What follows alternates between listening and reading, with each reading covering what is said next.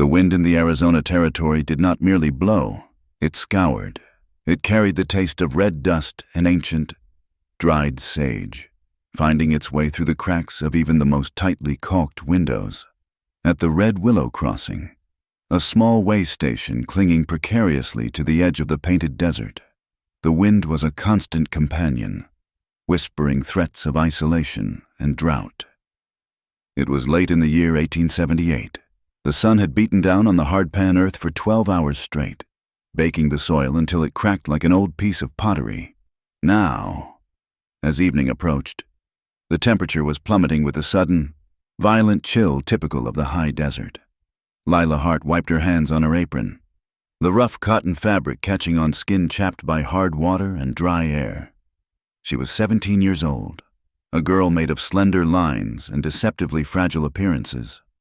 To the travelers passing through on the stagecoaches, she was the picture of a dutiful Western daughter. She could patch a saddle strap with the neatest stitching in the county, draw water from the deep well without spilling a drop, and bake corn cakes that did not taste like sawdust. But as she stood by the kitchen window, watching the shadows lengthen across the yard, her reflection in the glass showed eyes that were not nearly as submissive as her posture suggested. Inside Lila, there was a quiet, burning ember, a desire to live a life that was her own, not a barter exchange for safety. The front door opened, letting in a gust of grit and the heavy, weary footsteps of her father, Ezekiel Hart. He looked older than his 50 years. The harsh sun had carved deep canyons into his face, and the worry in his eyes had permanently clouded them. He hung his hat on the peg, dusting off his coat. "The wind is kicking up," Ezekiel said, his voice raspy. "Might be a storm coming down from the mesas." Lila turned to the stove, stirring the pot of beans. "Supper is almost ready. Papa, I made the biscuits you like." Ezekiel sighed, sinking into the wooden chair at the head of the small table. The room was sparse, lit only by a kerosene lamp that cast flickering shadows against the log walls. "You are a good girl, Lila, a good girl. I do not know what I would do without you." The compliment made Lila's stomach tighten. It usually preceded a request she did not want to hear. "I saw Deputy Vance in town today," Ezekiel said, not looking at her. He busied himself with unbuttoning his cuffs. "He asked after you. He is coming by tomorrow evening for supper." Lila's hand froze on the ladle. Deputy Cole Vance. He was a man of 30 years, with a badge that shone too brightly and a smile that never quite reached his eyes. He was the deputy sheriff for the region, a man of the law, ostensibly respectable. But whenever he looked at Lila, she felt less like a person and more like a prize mare being assessed for its breeding potential. "Papa," Lila said softly, holding her back to him, "we have plenty of work to do tomorrow. The fence in the south pasture needs mending." "The fence can wait," Ezekiel snapped, his tone sharp with a desperation Lila knew well. "Cole is a good man. Lila, a man with a steady wage, with the drought killing the corn and the bank breathing down my neck about the loan. We need stability. We need a man who can protect this place." Protect, that was the word everyone used lately. Fear hung over Red Willow Crossing like a storm cloud. For the past 6 months, stagecoaches had been hit, ranches raided, and water tanks poisoned. The townspeople whispered the word Apache with a mixture of terror and venom. They said renegade bands were coming down from the mountains, scalping and thieving. The fear made men reach for their Winchesters at the snap of a twig. It made the town council vote to increase the budget for lawmen like Cole Vance. But Lila remembered something else. She remembered Mrs. Greer, the old woman who lived 3 miles out and knew more about healing herbs than any university-trained doctor. Mrs. Greer had set Lila's arm when she fell from a horse 5 years ago, just last week, while Lila was helping her dry sage. The old woman had looked toward the town with milky, knowing eyes. "Listen to me, child, Mrs., Greer had said. When the wolf howls, you lock the door, but when the shepherd starts screaming about wolves that leave boot prints, you watch the shepherd.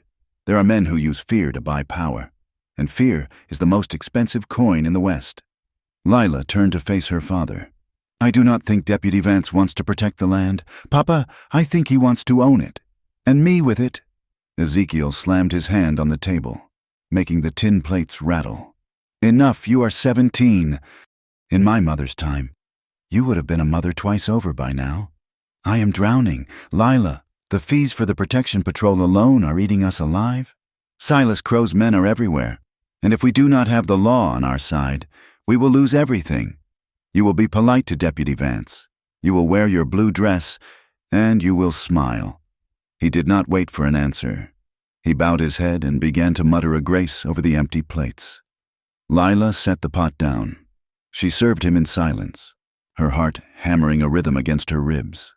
It was the rhythm of a trapped bird throwing itself against the bars of a cage, miles away.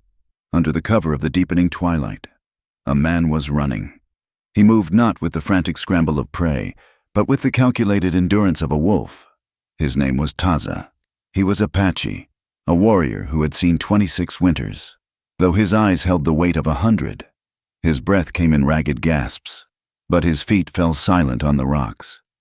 A dark stain was spreading on the left side of his buckskin shirt, blooming like a gruesome flower.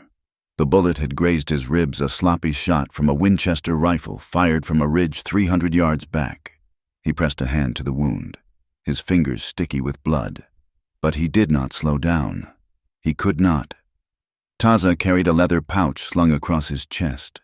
Inside it was not gold, nor silver, nor deeds to land. It held something far more dangerous. It contained a scrap of canvas torn from a crate, stamped with the seal of a government supply train that had supposedly been raided by savages 2 weeks ago. But Taza knew the truth. He had watched from the ridge. He had seen the men who took the crates. They wore cavalry boots and spoke English, and they laughed as they painted arrow markings on the wagon to leave false trails. He also carried a map in his mind, the secret water routes through the canyon that Silas Crow, the leader of the ruthless gang known as Crow's Riders, was desperate to find. Crow wanted the silver shipment passing through next week, and he wanted the Red Willow land to move it. Taza stopped for a second, crouching behind a cluster of mesquite brushes. He listened. The wind carried the sound of hoofbeats, heavy, shod hooves, not Apache ponies. These were big American horses, ridden hard. "Find him," a voice shouted, the sound distorted by the wind but distinct enough to carry. "Crow wants the pouch. Leave the carcass for the buzzards, but bring the pouch." Taza's grip tightened on his knife handle. He was miles from his people. He was bleeding. The cold of the desert night was beginning to seep into his bones, making his muscles stiffen. He needed cover. He needed a place where they would not expect a savage to hide. He looked down into the valley. A single light flickered in the distance, a farmhouse near the crossing, a small place with a barn that leaned slightly to the left. It was a risk, a terrible risk. But the desert offered no shelter tonight, only open ground and the moonlight that would betray him. Taza pushed himself up, gritting his teeth against the pain in his side, and began to descend toward the light. Back at the Hart homestead, supper had ended in a heavy silence. Ezekiel had retreated to his chair by the fire with his Bible, his lips moving silently as he read passages about obedience and sacrifice. Lila washed the dishes, the clinking of tin the only sound in the house. When she finished, she wiped her hands and took the heavy iron key from the hook by the door. "I am going to check the barn. Papa," she said. The wind might have blown the latch loose. Ezekiel nodded without looking up. "Lock the gate. Lila, tight." Lila stepped out onto the porch. The cold hit her instantly, sharp and biting. She pulled her woolen shawl tighter around her shoulders.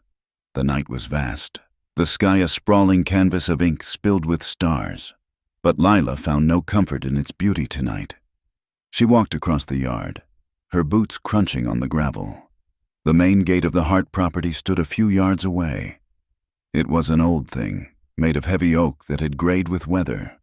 As the wind pushed against it, the hinges screamed a long, mournful creak that sounded like a violin being played by a ghost. Creak. Lila paused, staring at the gate. It was the boundary. Inside was the life her father wanted for her, the safety of a deputy's wife. A house with thick walls, a life measured in sewn hems and silenced opinions. Outside was the dark, the bandits, the Apache raids, the uncertainty. "Safety," she whispered to the wind. It tasted like dust. She reached the barn and slipped inside. The smell of hay and warm horseflesh enveloped her, a comforting, earthy scent. Their 2 horses, a mare named Bess and an old gelding, shifted in their stalls, nickering softly as she entered. Lila walked to the back of the barn to check the rear door. Hanging on a nail by the post was a coil of hemp rope. It was a simple object, a tool for everyday life. They used it to lead horses, to tie down tarps, to hoist hay bales. But tonight, staring at the knot at the end of the rope, Lila felt a strange kinship with it. In the West, a rope could be a lifeline, pulling you out of a canyon, or it could be a noose. Freedom and bondage were often made of the same material. It just depended on who tied the knot. She reached out and touched the rough fibers.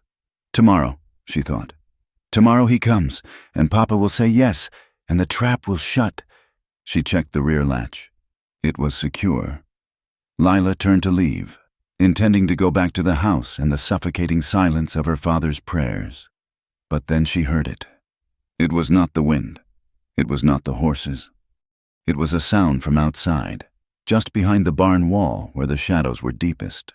A heavy thud, like a sack of grain being dropped, followed by a sharp intake of breath that was quickly stifled. Lila froze. Her heart slammed against her ribs. The bandits. A coyote. She knew she should run to the house. She should get her father. She should get the shotgun kept above the mantel. That was what a safe, sensible girl would do. That was what Deputy Vance's future wife would do. But Lila Hart did not move toward the house. She stood still for 1 second, 2 seconds, listening to the wind howl around the corners of the barn. Then, with a hand that trembled only slightly, she reached for the pitchfork leaning against the wall. Slowly, carefully, she moved toward the rear door she had just checked. Another sound, a low groan, swiftly silenced, and the scrape of something dragging across the dirt. Lila unlatched the door. The wood felt cold under her fingers. She took a breath that filled her lungs with the icy night air, and she pushed the door open. The darkness outside was thick, but the moonlight cut through it in a pale, silver slice.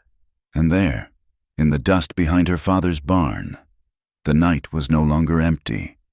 The wind gusted again, causing the old gate at the front of the property to shriek its mournful song. Marking the moment, Lila Hart stepped across the invisible line between the life she was told to live and the life that was about to crash into her with the force of a stampede. The figure lying in the dirt was not a monster from the terrifying stories the townspeople whispered in the general store. He was a man, and he was broken. Lila stepped closer, the pitchfork heavy and awkward in her hands.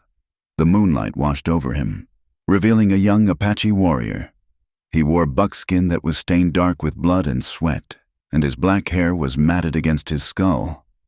But what made Lila stop, what made the breath hitch in her throat, were the ropes. They were not the rawhide thongs used by the tribes. They were thick, twisted hemp ropes, the kind sold at the mercantile in town for $2 a coil. And they were not tied with the complex knots of a hunter. They were looped sloppily, hastily, binding his wrists and ankles. Lila looked at the ground, just beyond the man. The soft earth told a story her father would have missed. But she, who had spent her life staring at the ground while doing chores, saw clearly. There were deep ruts from wagon wheels, fresh and jagged. Beside them were boot prints heavy, square-heeled boots with hobnails. This man had not crept onto their land to steal horses. He had been brought here. He had been dumped like a sack of spoiled grain. A groan escaped the man's lips. It was a sound of pure agony. Lila lowered the pitchfork, her instinct to heal overriding her instinct to flee. She took a step forward, reaching out a hand. "Can you hear me?" she whispered. Before she could touch him, a sound erupted from the front of the property that shattered the night.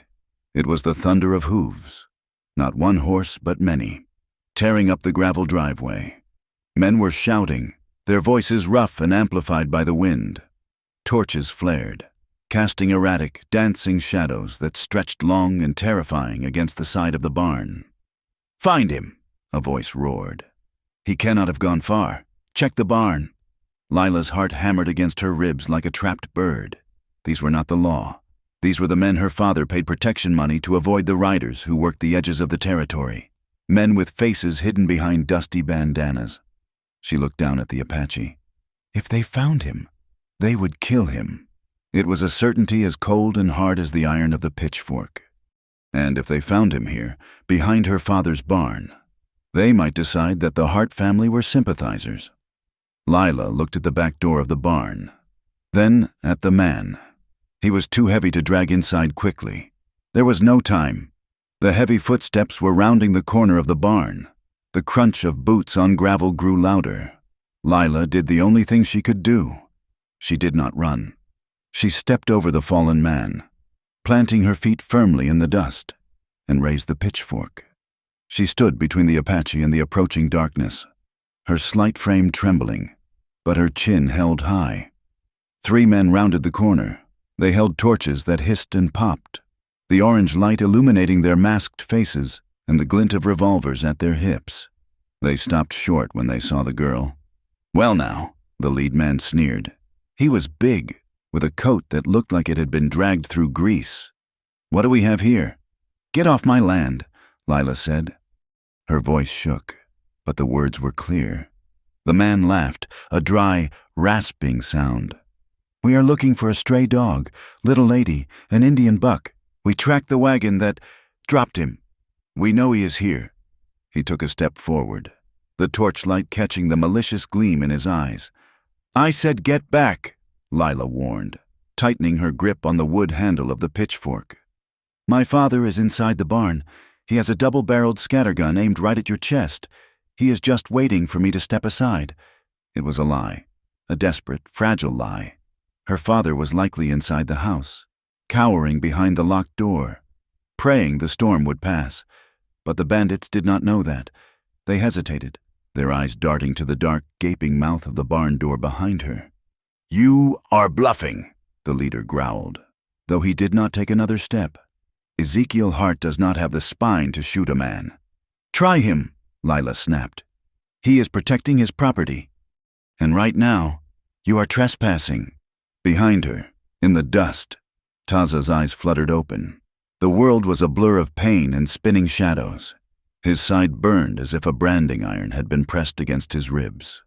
Through the haze, he saw a silhouette. It was a girl. She was thin, her dress whipping in the wind, her hair coming loose from its braid. She looked as fragile as a dry stalk of corn. But she was standing over him. She was facing 3 men with guns, armed only with a farm tool and a voice that trembled with terror. Taza had seen many brave men die. He had seen warriors charge into cannon fire, but he had never seen a white woman stand between an Apache and her own kind. She was placing her life on the table next to his, shielding him with nothing but her own body. He tried to move, to rise, but his limbs were heavy, unresponsive. He could only watch. "Move aside, girl," the bandit shouted, losing patience. He raised his heavy revolver. "I will not ask twice. Give us the Indian, and we leave." "No," Lila said. She did not know where the word came from. It rose from a place deep inside her, a place that refused to be sold, refused to be frightened, refused to let a man die alone in the dirt. "You have no authority here?" "Authority," the man spat on the ground. "Little girl, out here, the gun is the authority. Are you trying to teach us the law?" He cocked the hammer of his gun. The click sounded like a thunderclap in the silence. Lila squeezed her eyes shut, preparing for the flash. The pain. "Drop it." A new voice cut through the wind. It was sharp, commanding, and familiar. A single rider trotted his horse around the corner of the barn, his badge catching the torchlight. It was Deputy Cole Vance. He sat high in his saddle, his hand resting casually on his own holstered weapon. The bandit leader lowered his gun, but he did not look afraid. He looked annoyed. "Deputy!" The bandit grunted. "We're just cleaning up some vermin." Vance looked at the scene. His eyes swept over the bandits, then settled on Lila, and finally, for a brief, calculating second, they flickered to the dark shape on the ground behind her. There was no surprise in his face. "You are making a mess on honest property," Vance said, his voice smooth. "Ezekiel Hart pays his taxes. He does not need a ruckus in his backyard. The Indian stole." "I know what the Indian is," Vance interrupted, his tone hardening slightly. "And I will handle county business. Ride on, boys. The air is getting cold, and I am in a bad mood." It was a dismissal, but it lacked the weight of the law. It sounded more like a supervisor sending shift workers home. The bandit leader holstered his gun, his eyes lingering on Lila with a lewd smirk. "Watch yourself, Hart," the bandit muttered. "You keep wild animals. You get bitten." He signaled to his men. They turned their horses and galloped away, the darkness swallowing them as quickly as they had appeared. Lila let out a breath she felt she'd been holding for a lifetime. Her knees turned to water, and she leaned heavily on the pitchfork to keep from collapsing. Cole Vance dismounted. He walked toward her, his boots crunching softly. He did not look at the wounded man. He looked only at her. "That was foolish. Lila," he said. He reached out and took her wrist. His grip was firm, possessive. It was not a comfort. It was a claim. "They would have killed him," Lila whispered, looking up at him. "Cole, they were going to shoot him in cold blood. He is an Apache." "Lila," Vance said, as if explaining something to a slow child. "They are raiders, killers. You standing in front of a bullet for a savage, your father would die of shame." "He is hurt," Lila argued, trying to pull her wrist back. But Vance held fast. "Look at him. He was tied up. Someone brought him here." Vance's eyes narrowed. He pulled her a step closer, invading her space. The smell of tobacco and bay rum on him was overpowering. "Listen to me," he said, his voice dropping to a low, menacing register.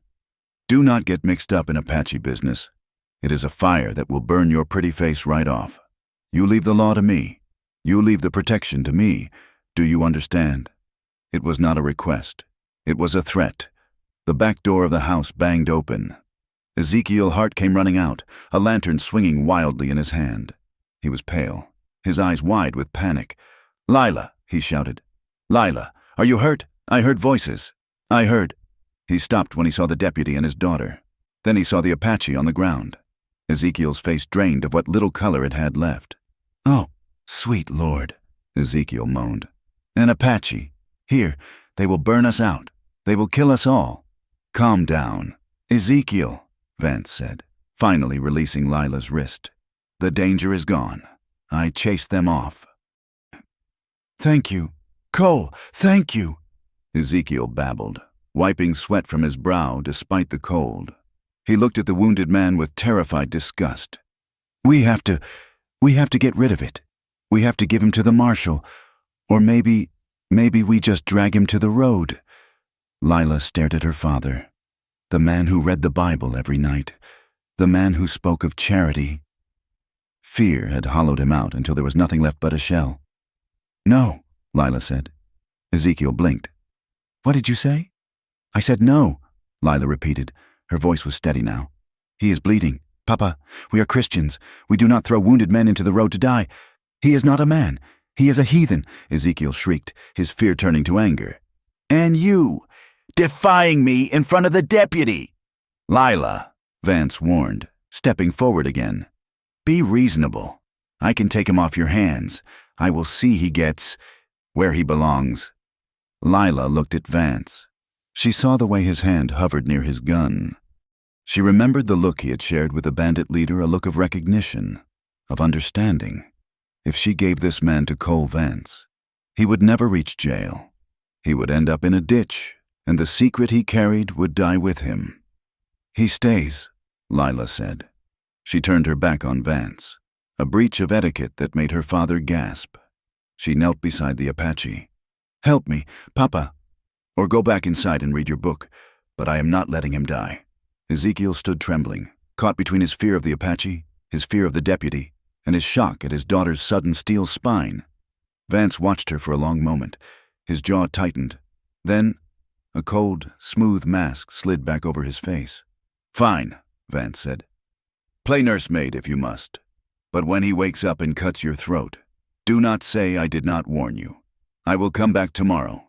Ezekiel, we have matters to discuss. Marriage matters." Vance mounted his horse and rode away slowly, looking back once.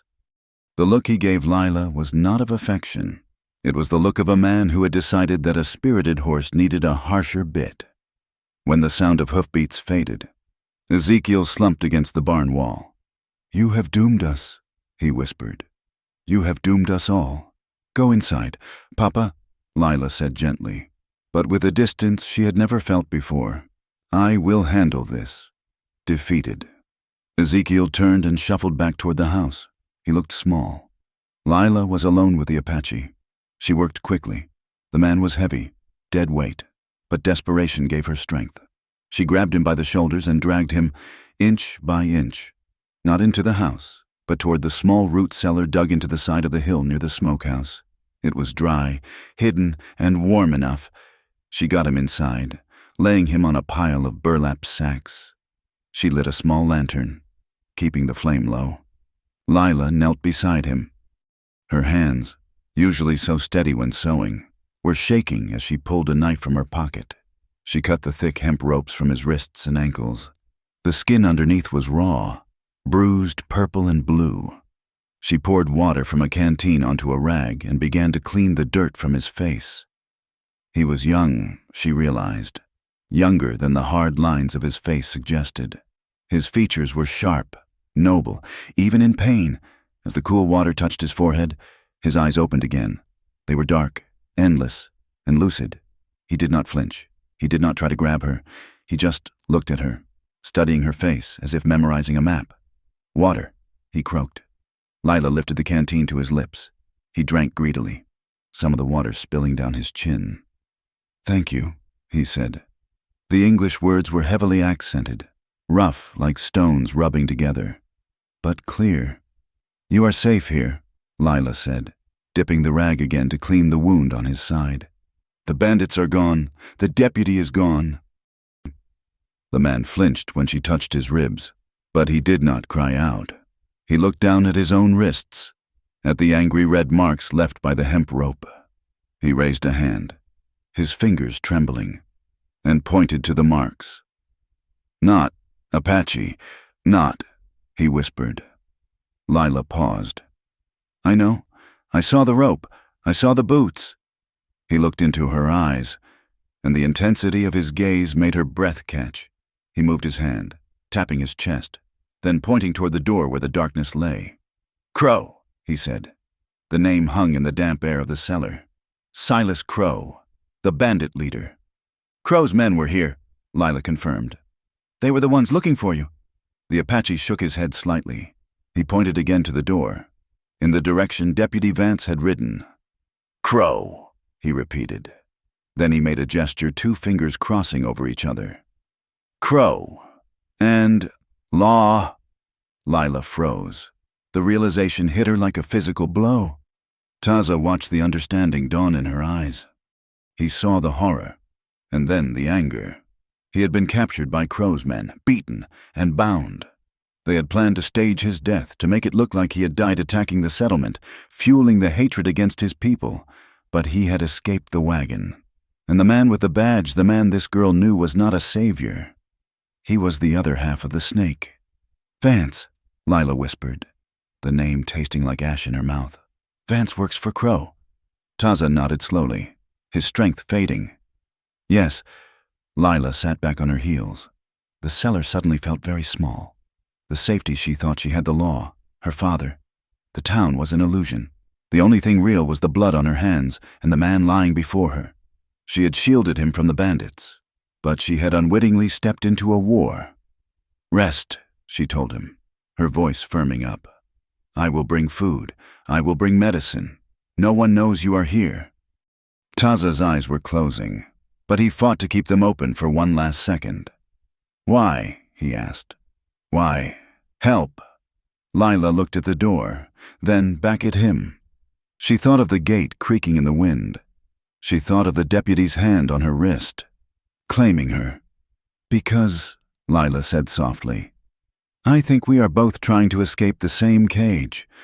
Taza did not answer. He had slipped into the dark sleep of the exhausted.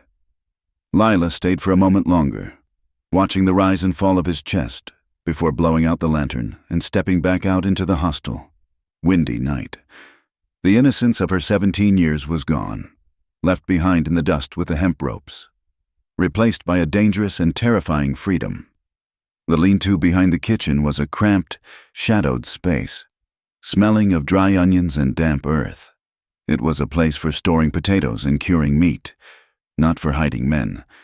Yet, Taza lay there on a bed of burlap sacks, his breathing shallow and ragged. Lila moved with the quiet efficiency of a ghost. She had draped a heavy quilt over the small window to block the light of her lantern from spilling out into the yard. Inside the main house, she could hear the heavy, restless pacing of her father, Ezekiel. Every creak of the floorboards above sent a jolt of electricity through her spine. She dipped a cloth into a basin of hot water steeped with willow bark and sage. The steam rose, curling around her face. When she turned to the Apache, she found his eyes open. They were dark, fever-bright, and fixed on her with the intensity of a hawk watching a field mouse. Taza did not trust her. Lila could see it in the way his hand remained curled near his hip, reaching for a knife that was no longer there. He had lived 26 years in a world that taught him that a white hand extended in kindness usually held a trap in the shadow. "Drink," Lila whispered, lifting a tin cup to his lips. "It will help with the fever." Taza hesitated. He studied the liquid, then her face. Finally, he drank, his throat working convulsively. He lowered his head back onto the sacks, his chest heaving. "Why?" he asked again, the word rasping against the silence. "Because I am tired of death," Lila answered simply. She wrung out the fabric. "And because my father believes the law will save us, I am beginning to think he is wrong." Taza watched her hands. They were small, rough from work, but gentle as she pressed the warm cloth to the angry wound on his side. He had expected her to recoil from his skin, to treat him like the monster the townspeople claimed he was. Instead, she touched him as if he were simply a man. A sudden noise from the house made them both freeze. It was the sound of a heavy door slamming, followed by the murmur of voices. Lila blew out the lantern instantly, plunging them into darkness. "Stay here," she breathed. "Do not make a sound." She slipped out of the lean-to and crept toward the kitchen window, pressing her ear against the rough logs of the cabin wall. Inside, her father was talking, but he was not alone. The smooth, baritone voice of Deputy Cole Vance drifted through the cracks. "It is a simple signature. Ezekiel," Vance was saying. "The territory needs a secure station. With the Apache raids getting worse, the government is looking for safe points to rest the silver shipments. Your land sits right at the mouth of the canyon. It is strategic. But, Cole," Ezekiel's voice trembled, "if I sign over the deed to the south pasture, I lose the water access. The farm will die. The farm is already dead." "Old man," Vance replied, his tone hardening. "Look at the dust. Look at your debts. I am offering you a way out. I am offering to marry your girl and take care of this land. But I need full control of the canyon entrance. The shipment comes through next week. I want the papers signed by then." Lila pressed a hand over her mouth. The cold night air suddenly felt suffocating. They did not want the land for farming. They wanted it for a choke point. "And Silas Crow," Ezekiel whispered, the name dropping like a stone. "What if his riders come back?" Vance laughed, a low, ugly sound. "Let me worry about Crow. You just make sure Lila is ready for the wedding. A wife needs to know her place, and a father needs to know when to let go." Lila pulled away from the window, her heart pounding a frantic rhythm against her ribs. It was not just corruption. It was a complete takeover. Vance and Crow were orchestrating a squeeze play on the entire valley. using the fear of Apaches to drive landowners out or force them into submission, creating a corridor for smuggling the silver. She returned to the lean-to, her hands shaking. She fumbled in the dark until she found the matches, relighting the lantern with trembling fingers. Taza was sitting up, despite the pain. He had pulled a small leather pouch from his belt. He looked at her, his eyes clear despite the fever. "You heard," he stated. "They are going to steal the silver shipment," Lila whispered. "Vance wants the land so they can ambush the wagons right here, on our property. They will blame it on your people." Taza nodded. He opened the pouch and poured its contents onto the burlap sack. There was no gold. There was a jagged piece of heavy canvas and a piece of paper that looked like a map. He pointed to the canvas. "Look." Lila leaned in.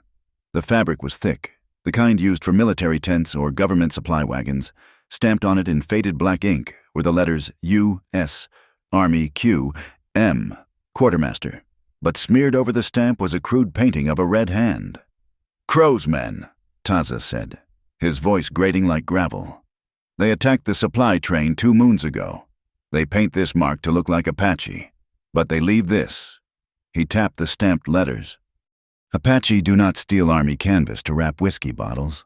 Crow does." He then smoothed out the paper map. It was not a surveyor's map. It was hand-drawn, showing the network of canyons, but marked with red crosses at specific waterholes, hidden springs that only the Apache knew. And now, apparently, Silas Crow. "He sells the water," Taza explained. "He kills the witnesses. This pouch. It proves he works with the bluecoats who turn blind eyes." Lila stared at the evidence. It was a death sentence for anyone who held it, but it was also the only thing that could stop the bleeding of the territory. "We have to get this to the fort," Lila said. "To the marshal." "No marshal," Taza corrected. "Marshal is a 3-day ride. Vance will kill us before we cross the river." He looked at her intensely. "Is there one man? One honest man?"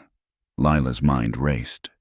She thought of the faces in town, the shopkeeper who overcharged them, the blacksmith who looked away when Vance bullied people. Then a memory surfaced. Mrs. Greer.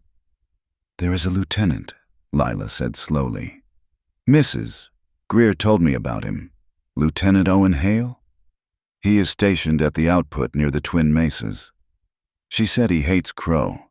She said he lost a brother to the bandits." Taza's eyes narrowed, weighing the risk. "Hale," he repeated. "A soldier." "A soldier who hates your enemy," Lila argued. Before Taza could respond, the sound of boots crunched heavily on the gravel outside the lean-to. "Lila!" It was her father. His voice was close, right outside the door. Lila shoved the pouch back into Taza's hands and threw a heavy horse blanket over him, extinguishing the lantern in one fluid motion. She stepped out of the lean-to just as Ezekiel rounded the corner, holding a kerosene lamp high. The light washed over her, exposing her guilt like a stain. "What are you doing out here?" Ezekiel demanded, his eyes darting around the yard. "It is past midnight." I thought I heard a coyote," Lila lied, hugging her shawl tighter around her shoulders. "I was checking on the chickens." Ezekiel stepped closer, the smell of stale whiskey on his breath. "You are lying. You have that look in your eye, the one your mother had before she died. That stubborn, foolish look." He grabbed her arm, his grip bruising. "Vance was here. He says we marry in 3 days. Sunday." "I will not marry him." "Papa," Lila said. The words came out quiet but hard as iron. "He is a criminal. He is working with the bandits." "Silence!" Ezekiel roared. He raised his hand and struck her across the face. The slap was sharp and loud in the cold night air. Lila's head snapped to the side. Her cheek burned, but she did not cry out. She did not weep. She slowly turned her face back to him, the door in her eyes, the one that had always been open with pleading and hope, slammed shut. "You are selling me," Lila said, her voice devoid of emotion. "You are selling me to pay for your fear." Ezekiel stared at his hand, then at her, his face crumbling into a mask of pathetic regret. "It is for your own good, Lila. It is the only way to be safe." There is no safety in a cage. Papa, she replied, go to bed. She walked past him, entering the house not to sleep, but to prepare. Ezekiel stood in the yard, a small, broken man swallowed by the vast western night. Inside the house, Lila moved with mechanical precision. She went to her room and changed into her riding skirt, a heavy, split-legged garment she was only supposed to wear for herding. She pulled on her boots. From the bottom of her cedar chest, she retrieved a small velvet bag. Inside was her mother's revolver, a Colt Navy percussion pistol. It was old, heavy, and cold. She checked the cylinder. Loaded. She packed a small canvas sack with dried beef, corn cakes, and a canteen of water. She grabbed the tin of medical salve Mrs. Greer had given her months ago. She needed to see Mrs. Greer. She needed to know exactly where Lieutenant Hale was camped. The old woman's shack was only a mile through the brush, a dangerous walk at night, but necessary. Lila slipped out the front door, avoiding the back where her father still lingered. She ran through the sagebrush, the wind whipping her hair across her face. 20 minutes later, she was pounding on the rough door of Mrs. Greer's shack. The old woman opened it almost immediately, a shotgun in one hand and a candle in the other. Her face was a map of wrinkles, her eyes sharp as polished obsidian. I knew the wind would bring trouble tonight, Mrs. Greer said, stepping back to let Lila in. She saw the bruise blooming on Lila's cheek and the desperation in her posture.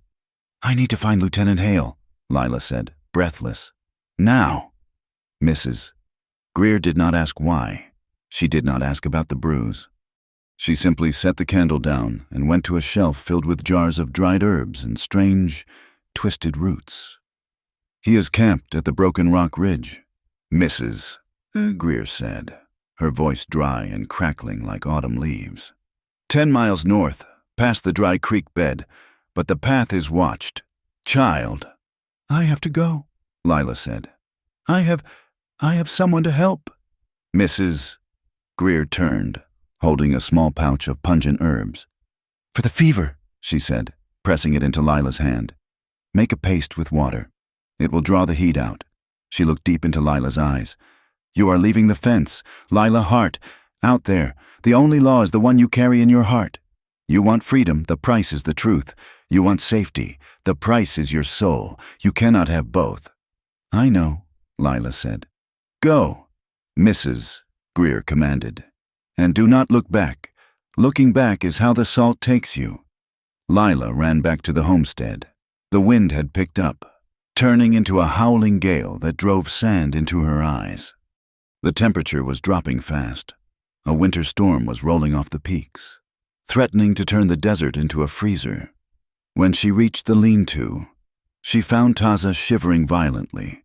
The fever had spiked. He was murmuring in his own tongue, thrashing against the burlap. Taza, she whispered, kneeling beside him. Taza, we have to move. He did not understand. He struck out, his arm hitting her shoulder hard. Crow, he muttered. No. Lila grabbed his wrists, pinning them down with her body weight. Listen to me, I am not Crow. I am Lila. Drink this. She mixed the herbs Mrs. Greer had given her with water and forced the paste past his lips. He choked, then swallowed. She spent the next hour holding him down as the fever raged, wiping his face, whispering nonsense words of comfort while the wind battered the wooden walls of the lean-to. Character versus nature played out in the dark. The cold seeped through the cracks, biting at their fingers. The wind sounded like a pack of wolves. Somewhere in the distance, real wolves answered. Lila used her own body heat to keep him warm, curling next to him under the horse blanket, defying every rule of propriety she had been taught. She was not a proper lady anymore. She was a creature of survival. Around 3 a.m, the fever broke. Taza's breathing deepened, becoming rhythmic. His skin cooled. Lila dozed for a moment, her head resting on her knees. She was snapped awake by a sound that stopped her heart. Horses, many of them, not on the road, in the yard. Lila peered through the crack in the wood. The gray light of pre-dawn was just beginning to bleach the sky. In the yard, shadows moved, torches flared. "Search the outbuildings," a voice shouted. It was not Vance. It was the bandit leader from the night before. "Crow says the Apache is here. The girl knows something." They were back, and this time, Vance was not here to play the fake hero. Lila shook Taza awake. "They are here," she hissed.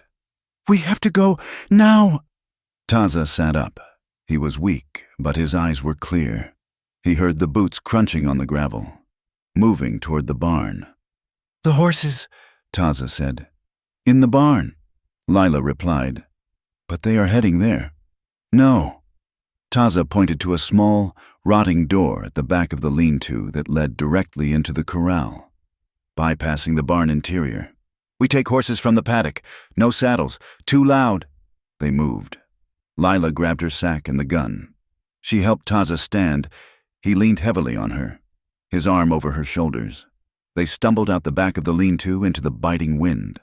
2 horses were in the corral, Bess and the gelding. They were spooked by the smell of smoke and strangers. Taza moved toward them. Even injured, he had a way with the animals. He whispered something low and guttural, and the mare calmed instantly.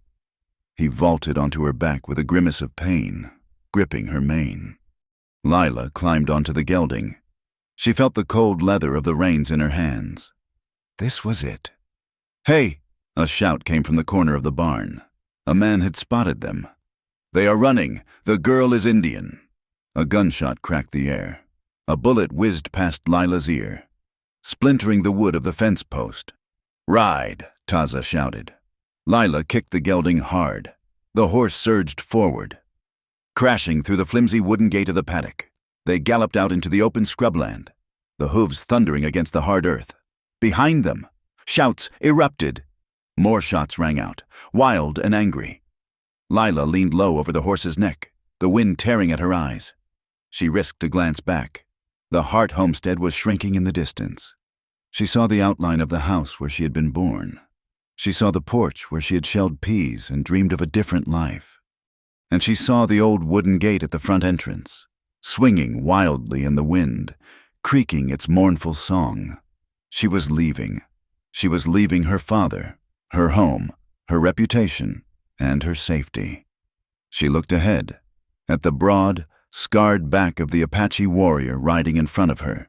She was following a man she barely knew into a desert that wanted to kill her, pursued by men who wanted to silence her.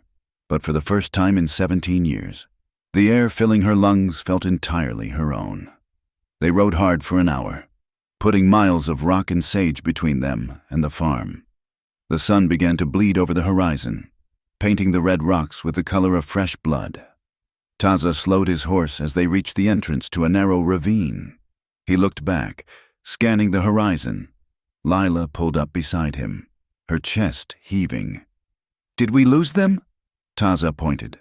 Far back, miles away across the flatlands, a single point of light was moving.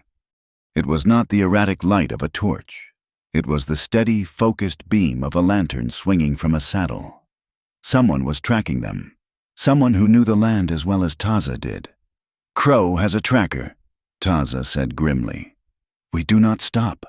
We ride to the rocks." Lila nodded, gripping the reins until her knuckles turned white. The chase had begun. The sun hung high over the red stone canyons of the Arizona Territory, a blinding white disk that bleached the color from the sky. For 3 days, Lila, Hart, and Taza had ridden through a landscape that looked less like Earth and more like the anvil of God. The heat was a physical weight, pressing down on their shoulders. Lila's lips were cracked, and her skin felt tight, coated in a layer of fine red dust that settled into every pore. She rode the gelding, keeping pace with Taza on the stolen mare. They moved in silence, but it was a silence that had begun to change. In the beginning, it had been the silence of strangers thrown together by desperation. Now, it was the silence of survival. Taza slowed his mare as they approached a dry wash. He raised a hand, pointing a long, brown finger toward the horizon where a hawk circled low, dipping and rising in the thermal currents. "Look," Taza said. His voice was rough, like 2 stones grinding together, Hawk flies low. He hunts mice. Mice live where seeds grow. Seeds grow where water hides. Lila squinted against the glare. Water. Dig, Taza commanded. He dismounted, ignoring the stiffness in his side where the bullet had grazed him. He knelt in the dry sand of the wash and began to dig with his hands. 2 feet down. The sand turned dark, damp. They let the horses drink first, filtering the muddy water through a piece of cloth. Then they drank. The water tasted of minerals and earth. But to Lila, it was sweeter than any lemonade she had ever tasted on her father's porch. You read the ground like a book, Lila said, wiping her mouth. Taza looked at her. The ground does not lie. Men lie. The ground tells you who passed, when they passed, if they were heavy with gold or light with fear. Lila nodded. She picked up a smooth stone. Stone, she said clearly. Taza repeated it. Stone? Water, she said, touching the damp sand. Water, Taza said. Trust, Lila said, looking him in the eye. Taza paused. He looked at the stone, then at the water, then at her. Trust, he said. The word sounded heavy in his mouth, foreign but solid. They continued riding, as the miles unspooled beneath the hooves of their horses. The barrier between them began to erode. Taza taught her that a sudden silence in the cicadas meant a predator was near. Lila taught him words like hope and justice, though Taza seemed skeptical that such things existed in the white man's world. By late afternoon, they reached a ramshackle way station clinging to the side of a cliff trail known as Dead Mule Pass. It was little more than a lean-to with a corral, run by a man named Swearingen, who sold watered-down whiskey and overpriced feed. They needed grain for the horses. Lila pulled her hat low over her eyes and told Taza to wait by the trough. She walked up to the porch, her boots thudding on the rotting wood. Swearingen was leaning against the doorframe, chewing on a piece of straw. He had eyes like a lizard, cold and unblinking. He watched Lila approach. Then his gaze flicked to Taza standing by the horses. We do not serve Apache here, Swearingen said. He spat a stream of tobacco juice onto the dust near Lila's boot. I am buying grain for the horses, Lila said, keeping her voice flat. She placed a silver dollar on the railing. It was money she had saved from selling eggs, hidden in her boot for emergencies. And water for the canteens. Swearingen looked at the coin, then at Taza. That is a runaway buck if I ever saw one. There is a bounty on renegades. Maybe I should shoot him and collect the $10 from the fort. His hand drifted toward the shotgun leaning against the wall. Lila did not flinch. She did not step back. She rested her hand on the butt of the Colt Navy pistol tucked into her belt. The gesture was awkward, unpracticed, but her eyes were fierce. He is my scout, Lila lied, her voice dropping an octave. We are riding under orders from Lieutenant Hale to track Crow's men. You shoot him. You answer to the army. You want to explain to the lieutenant why his scout is dead and his mission failed. It was a gamble. Swearingen narrowed his eyes, weighing the threat. He looked at the grim set of Lila's jaw and the dark, dangerous stillness of the Apache warrior behind her. Grain is $2. Swearingen grunted. Inflation. Lila placed another coin on the rail. It was her last one. Take it, she said. She hauled the sack of grain herself, refusing to let Swearingen see her struggle with the weight. As they rode away, she could feel the man's eyes boring into her back, filled with suspicion and hatred. He wanted to kill you, Lila said when they were out of earshot. Her hands were trembling now that the danger had passed. He wanted money. Taza corrected. Hate is cheap, money is dear. They made camp that night in a small cave tucked high into a canyon wall. The wind howled outside, carrying the bite of the coming winter. They built a small fire using dried sagebrush, keeping the flames low to avoid detection. Taza sat near the fire, cleaning his knife. The firelight danced across his face, highlighting the sharp angles of his cheekbones and the depth of his eyes.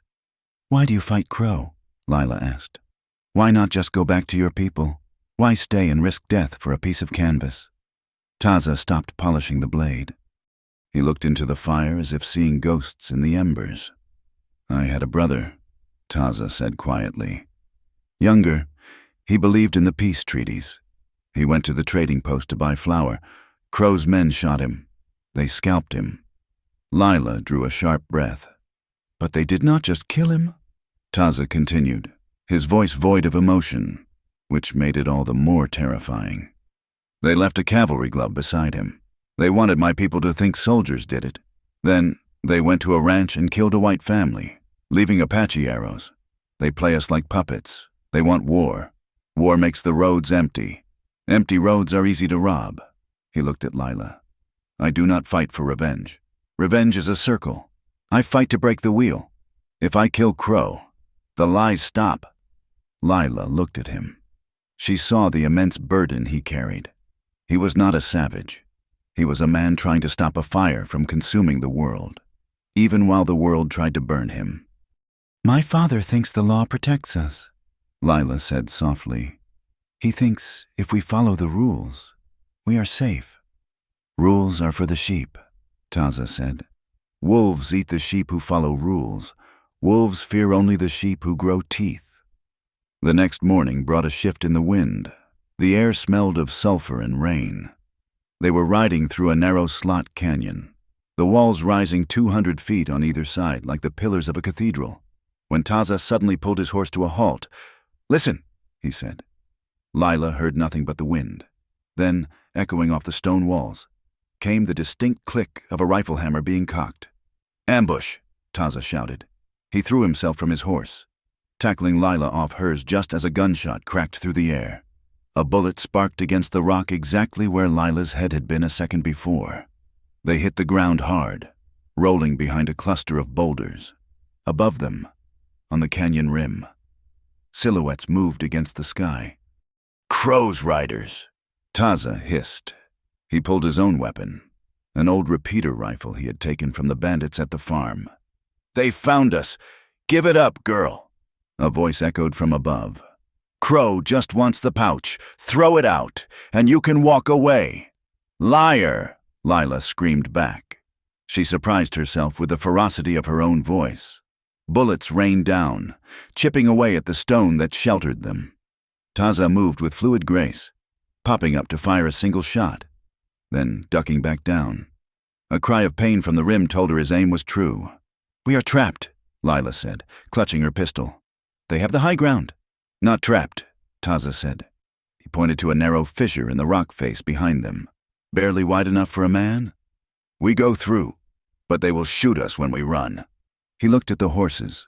They were skittish, milling about in the line of fire. I will make a diversion, Lila said.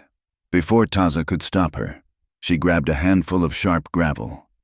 She crawled to the edge of the boulder and threw the rocks hard at the horses' rumps. She screamed, a high, piercing sound. Startled, the horses bolted, stampeding down the canyon floor, kicking up a massive cloud of dust. The shooters on the rim reacted instinctively, firing into the dust cloud, thinking the riders were making a break for it. Go! Taza grabbed Lila's arm. They squeezed into the fissure. It was a tight, claustrophobic crack in the mountain, dark and cool. They scrambled up the steep incline, hand over hand, while the bandits wasted ammunition on the empty canyon below. They emerged onto a plateau a mile away, breathless and bruised. They had lost the horses. They were on foot in the middle of the wilderness, but they were alive. They found shelter in a shallow cave as the sun began to set. The adrenaline was fading, leaving behind a shaking exhaustion. Lila noticed blood on Taza's arm. He had been cut by a ricocheting rock shard.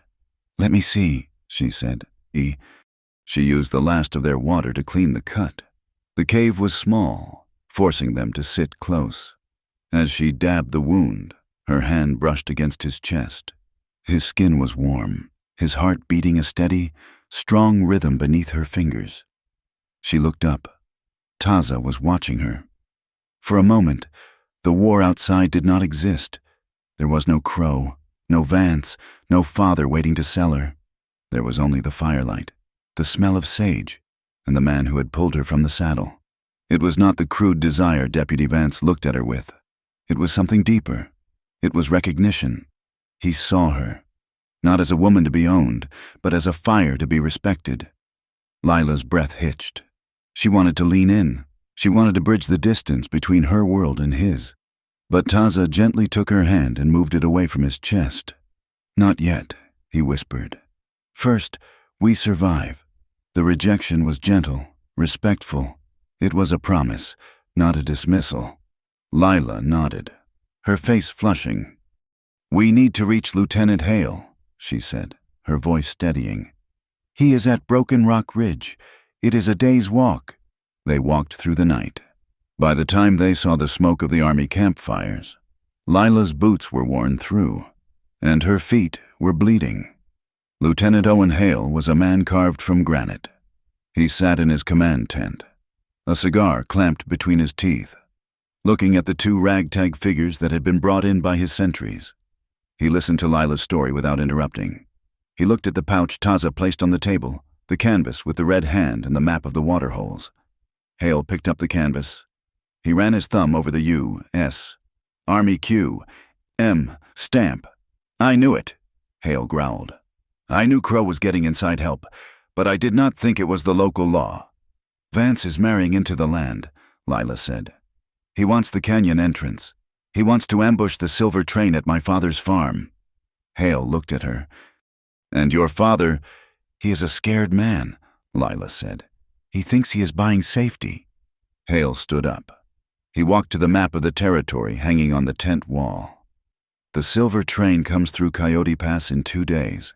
If Vance controls your farm, they will route the wagons there for a rest stop, and that is where Crow will strike." "We can stop them," Taza said. "We know the terrain. We know where Crow will hide." Hale looked at the Apache warrior. There was no hatred in the soldier's eyes, only the cold calculation of a strategist. "You would fight with us against men who look like me." "I fight against men who act like snakes," Taza replied. They spent the next hour drawing lines on the map. A plan was formed. It was dangerous. It relied on timing and deception. Hale would position his men in the rocks above Coyote Pass. Taza would lead a small group to flank Crow's position. Lila would return to the farm. "No," Taza said immediately. "She stays here, safe." "I have to go back," Lila insisted. "If I am not there, Vance will get suspicious. He expects a wedding on Sunday. If the bride is missing, he will know something is wrong. I have to be the bait." Taza looked at her, his jaw tightening. He wanted to forbid it, but he saw the steel in her eyes, the same steel that had made her stand in front of a pitchfork. "You are strong," Taza said softly. "Stronger than the rock." Just then, the tent flap opened. A young private rushed in, looking pale. "Lieutenant," the private said. "A rider just came in. He was carrying a message for Miss Hart, from Deputy Vance." Lila felt the blood drain from her face. She took the folded piece of paper the private held out. Her hands shook as she opened it. The handwriting was neat, precise. "My dear Lila, it seems you have gone for a long ride. Your father is very worried. In fact, he is so worried that his heart is giving him trouble. He is resting in the barn.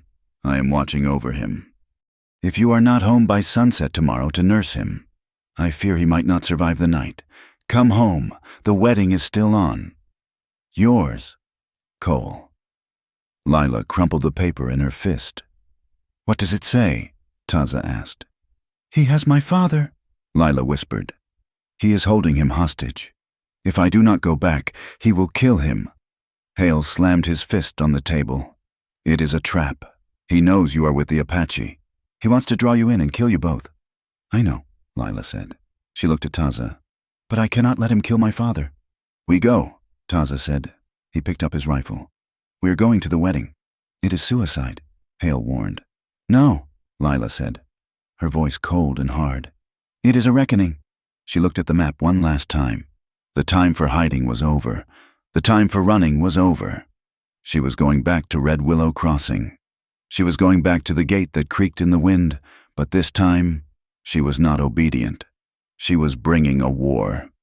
The wind outside the tent howled, tearing at the canvas, as if the very land was screaming in anticipation of the blood that was about to be spilled. Coyote Pass was not a place where the earth welcomed travelers. It was a place where the earth bared its teeth. The canyon walls rose like jagged fangs against the midnight sky, blotting out the stars. The wind here did not whisper.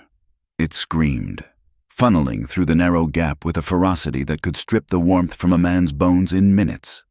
The moon was a thin, curved sliver, offering just enough pale light to turn the shadows into monsters. Lila Hart lay flat on her stomach behind a cluster of boulders, her chest pressed against the freezing granite, her heart hammered against her ribs, a frantic rhythm that seemed loud enough to echo off the canyon walls. 50 yards below, the road twisted through the pass like a gray snake. "Stay low," Taza whispered. He was crouched beside her, merging so perfectly with the darkness that he seemed to be made of it. He was not looking at her. His eyes were fixed on the ridge opposite them. "Crow is there, behind the dead cedar." "And Hale?" Lila asked, her breath misting in the cool air. "Hale is at the north choke point, waiting." The sound of grinding wheels announced the arrival of the silver train. It was a heavy, ominous rumble that vibrated through the stone beneath Lila's body. A moment later, the lead wagon rounded the bend. There were 4 wagons in total, heavy-laden beasts pulled by teams of 6 mules, riding alongside the lead wagon. Sitting high on his horse with the arrogance of a king surveying his domain was Deputy Cole Vance. He looked impeccable, his badge gleaming even in the dim moonlight. To the soldiers driving the wagons, he was the local law, the escort ensuring their safety through the dangerous territory. To Lila, he looked like a vulture circling a dying animal. And then she saw him, tied to the back of the second wagon, stumbling and being dragged along by a short rope attached to his wrists, was her father. Ezekiel Hart looked broken. His clothes were torn, his head hung low, and he moved with the shuffling gait of a man who had lost all hope.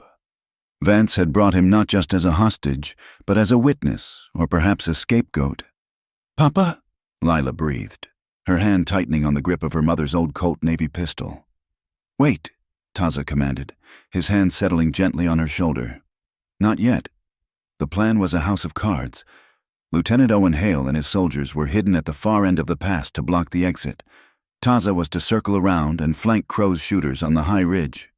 Lila's role was the most dangerous of all she had to get close enough to the wagons to expose Vance before the shooting started, to prove that the attack was not an Apache raid but an inside job. But plans in the west had a way of dying the moment the first bullet flew. High above them, a coyote howled a sound that was too rhythmic, too human. "Crow!" Taza hissed.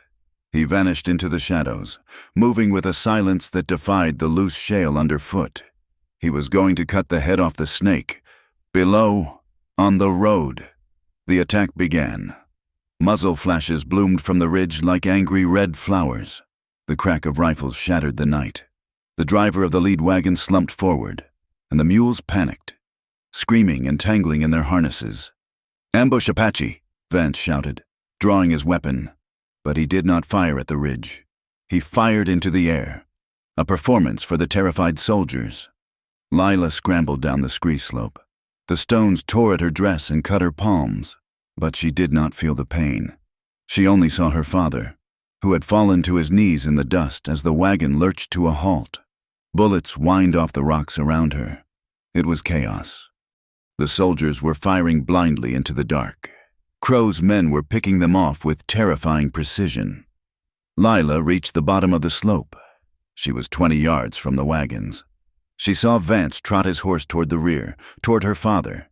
He wasn't checking on Ezekiel. He was raising his gun to silence the only man who knew the truth. "Cole Vance!" Lila's scream tore through the noise of the battle. She stepped out from behind a large boulder, the evidence pouch clutched in her left hand, her pistol in her right. Vance wheeled his horse around. Shock registered on his face for a fraction of a second, quickly replaced by a sneer of pure malice. "Lila!" he shouted over the gunfire. "You should have stayed dead." "You are a liar and a thief," Lila yelled. She threw the heavy canvas pouch toward the lead wagon, where a sergeant was taking cover. "Look at the canvas. Look at the map. It is Crow Vance is working with Crow." The sergeant looked at the pouch, then at Vance. Vance laughed. It was a cold, hollow sound. You think they will believe you, a hysterical girl running with renegades? He leveled his pistol at her. You think you are a hero. Lila, you are nothing. You are a signature on a deed. You are livestock to be traded so men can do business. The words hit Lila harder than a bullet. For years, she had felt it the way the men in town looked at her, the way her father tried to barter her. But hearing it spoken aloud, so naked and ugly, snapped the last chain of fear holding her spirit down. I am not a deed, Lila said, her voice steady. And this is my land. She raised her pistol. Vance smirked. You do not have the gut, crack. Lila did not shoot him. She shot the saddle horn of his horse. The impact sent a shower of wood splinters into the animal's flank. The horse reared violently, throwing Vance into the dirt. At the same moment, a bugle sounded from the north end of the pass. Lieutenant Hale and his cavalry unit charged into the light, their sabers drawn. Cease fire, Federal Army! Hale bellowed. The dynamic of the battle shifted instantly. The soldiers guarding the wagons realized help had arrived. Vance scrambled to his feet, dust covering his fine uniform. He reached for his fallen gun, but the sergeant who had picked up the pouch kicked it away. Hold it, deputy! The sergeant growled, leveling his rifle at Vance's chest. I think we need to look at this map. High on the ridge, a different battle was raging. Taza moved through the rocks, hunting. He found the shooters one by one, disarming them with strikes from his rifle butt or well-placed arrows that pinned their sleeves to the trees. He did not kill. Killing was easy. Mercy was the weapon of a chief. Then he saw him, Silas Crow. The bandit leader was crouching behind a dead cedar, reloading a repeater rifle. He was a bear of a man, bearded and wild-eyed. He saw Taza approach and swung the rifle around. Taza was faster. He lunged, knocking the barrel aside. The rifle discharged into the sky. The two men crashed into the gravel. Crow was stronger, but Taza fought with the fluid. Desperate grace of water crashing against stone. They rolled toward the precipice. Crow drew a knife, slashing at Taza's face. Taza caught his wrist, twisting it until the bone snapped with a sickening wet crunch. Crow howled, dropping the knife. Taza pinned him to the ground, his forearm pressing against Crow's throat. Taza grabbed his own knife from his belt. He raised it high. The moonlight glinted on the steel. Crow stared up at him, eyes wide with terror. Do it, savage, do it! Taza's hand trembled. Every instinct in his blood screamed for vengeance. This was the man who had killed his brother. This was the man who had painted his people as monsters. One strike, and the debt would be paid. Revenge is a circle, he had told Lila. I fight to break the wheel. Taza looked down at the ravine. He looked at the chaos below, where the bluecoats were restoring order. Slowly, deliberately. Taza lowered the knife. He did not sheath it. He plunged it into the earth next to Crow's head. No, Taza said, his voice hard as flint. Death is too easy for you. You will live. You will speak. You will tell them everything. He hauled Crow to his feet, binding his hands with the same ruthless efficiency Crow had used on him. Down in the pass, the gunfire had ceased. The silence that followed was heavy, filled only with the groans of the wounded and the restless stomping of mules. Lila dropped her gun and ran to her father. Ezekiel was slumped against the wagon wheel, bleeding from a cut on his forehead where he had fallen. Papa? She knelt beside him, untying the ropes with frantic fingers. Ezekiel looked up at her. His eyes were unfocused at first. Then they cleared. He looked at the gun lying in the dust. He looked at Vance, who was being handcuffed by Lieutenant Hale, and then he looked at his daughter. She was covered in dust. Her dress was torn. Her face was smudged with gunpowder, but she looked taller than he had ever seen her. Lila, Ezekiel whispered. You came back. I told you I would not let them kill you, Lila said, her voice breaking. Ezekiel reached out a trembling hand and touched her cheek. I tried to sell you, he choked out, tears cutting tracks through the dust on his face. For safety. I thought I was doing the right thing. You were wrong, Lila said softly. I know, Ezekiel sobbed. I know. You are not in debt. Lila, you are my daughter. And I am so sorry. "Look out!" The shout came from the ridge. It was Taza's voice. Lila turned. One of Crow's men, hidden deep in a crevice near the canyon floor, had raised a pistol. He was not aiming at the soldiers. He was aiming at the girl who had ruined everything. The distance was too short. There was no time to run. Lila froze, her eyes widening as she stared into the black barrel of the gun. Then a shadow eclipsed the moon. Taza had leaped from the lower ledge of the cliff. He did not land gracefully. He landed with the force of a falling boulder. Placing his body directly between the gunman and Lila, bang. The shot echoed, lonely and final. Taza jerked violently. He stumbled back, colliding with Lila. "No!" Lila screamed, catching him as his knees buckled. Lieutenant Hale's revolver cracked a second later, and the gunman collapsed, his weapon clattering to the stones. Lila and Taza sank to the ground together. The world narrowed down to the two of them. "Taza!" Lila pressed her hands against his chest, searching for the wound. Blood was seeping through his buckskin shirt, dark and warm. Taza looked at her.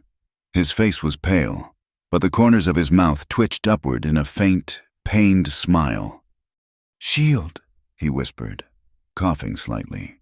"Now, we are even."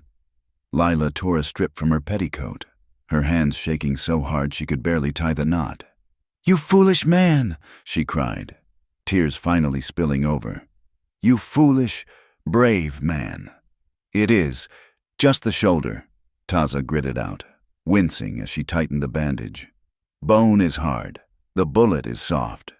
Lieutenant Hale walked over, dragging a sullen Cole Vance by the collar. He looked at Taza, then at Lila. He holstered his gun and tipped his hat.